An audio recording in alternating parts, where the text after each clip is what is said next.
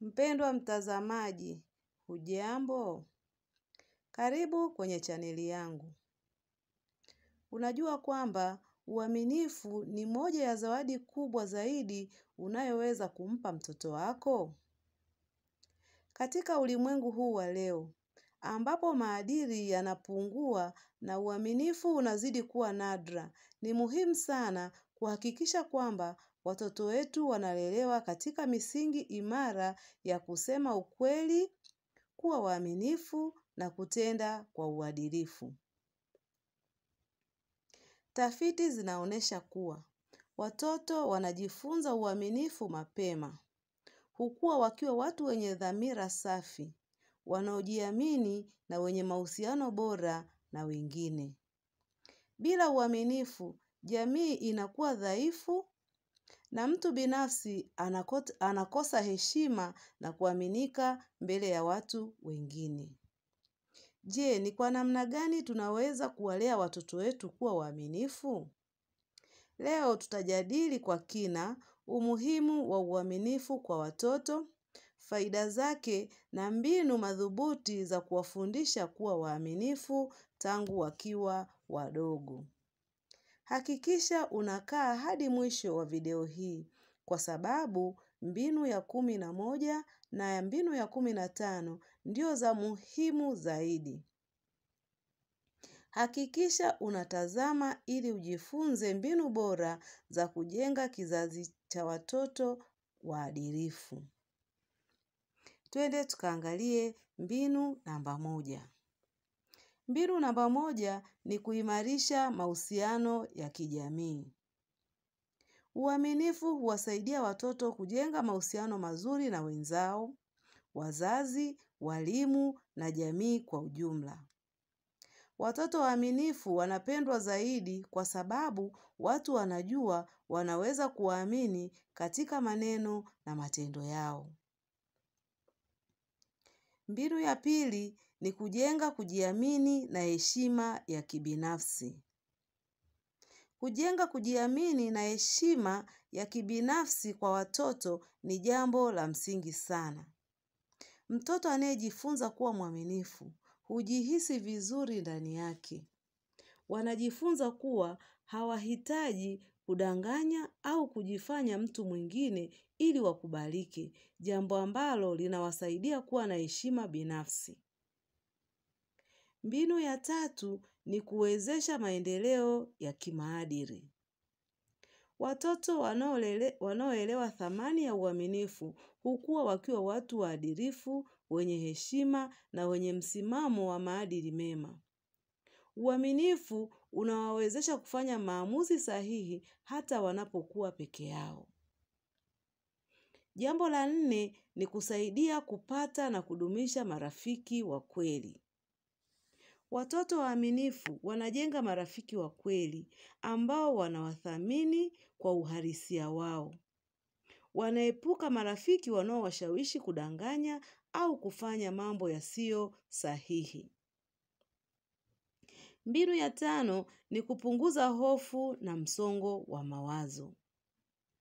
Watoto wanaosema ukweli huishi maisha yasiyo na hofu ya kugundulika wakidanganya. Hii huwafanya wawe huru, wakiwa na amani ya akili na maisha yenye utulivu. Mbinu ya 6 ni kuwawezesha kujifunza kutokana na makosa. Watoto waaminifu huweza kukubali makosa yao na kujifunza.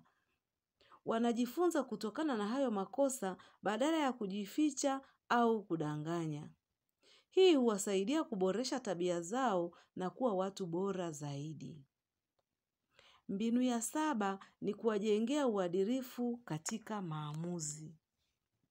Wakiwa na maadili ya uaminifu, watoto huweza kufanya maamuzi bora kwa kuzingatia ukweli na haki, badala ya kufuata tamaa au ushawishi wa nje. Mbinu ya 8 ni kuwasaidia kujenga jamii yenye maadili imara. Jamii inayoundwa na watoto waaminifu huwa na mshikamano mkubwa, upendo na uadilifu. Uaminifu ni nguzo ya jamii yenye haki na usawa. Mbinu ya 9 ni kuwafanya watoto wawe mabalozi wa ukweli. Mtoto anayejifunza kusema ukweli tangu utotoni, hukua akiwa mtu anayesimamia haki na ukweli katika maisha yake yote. Mbinu ya 10 ni kupunguza migogoro ya kifamilia.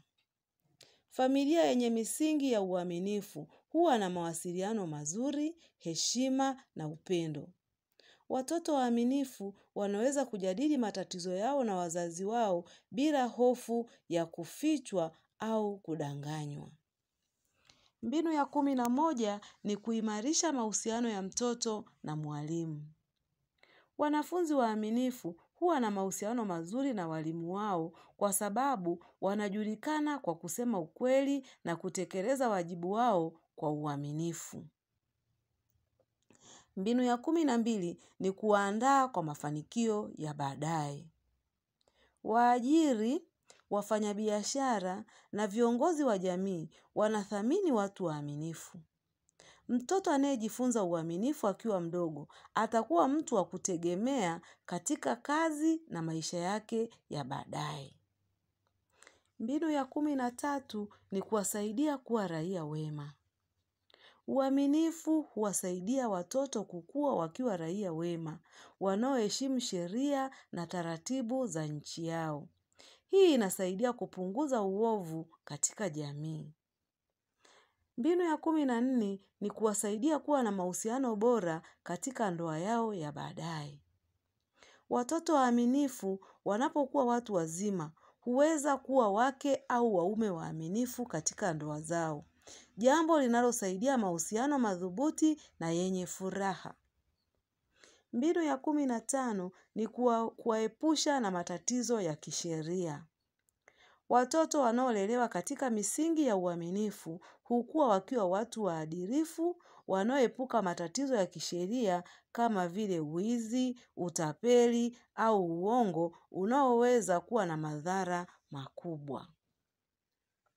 Kwa hiyo, wazazi, walezi na walimu, jukumu letu ni kuhakikisha tunawajengea watoto wetu kuwa waaminifu tangu wakiwa wadogo. Njia bora ya kuwafundisha uaminifu ni kuwa mfano wa kuigwa. Watoto hujifunza zaidi kwa kuona tunachofanya kuliko tunachosema.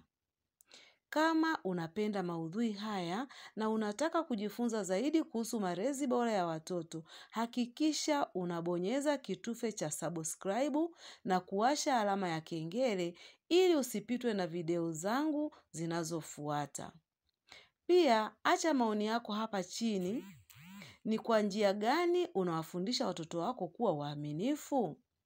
Tunakushukuru kwa kutazama. Tukutane video inayofuata.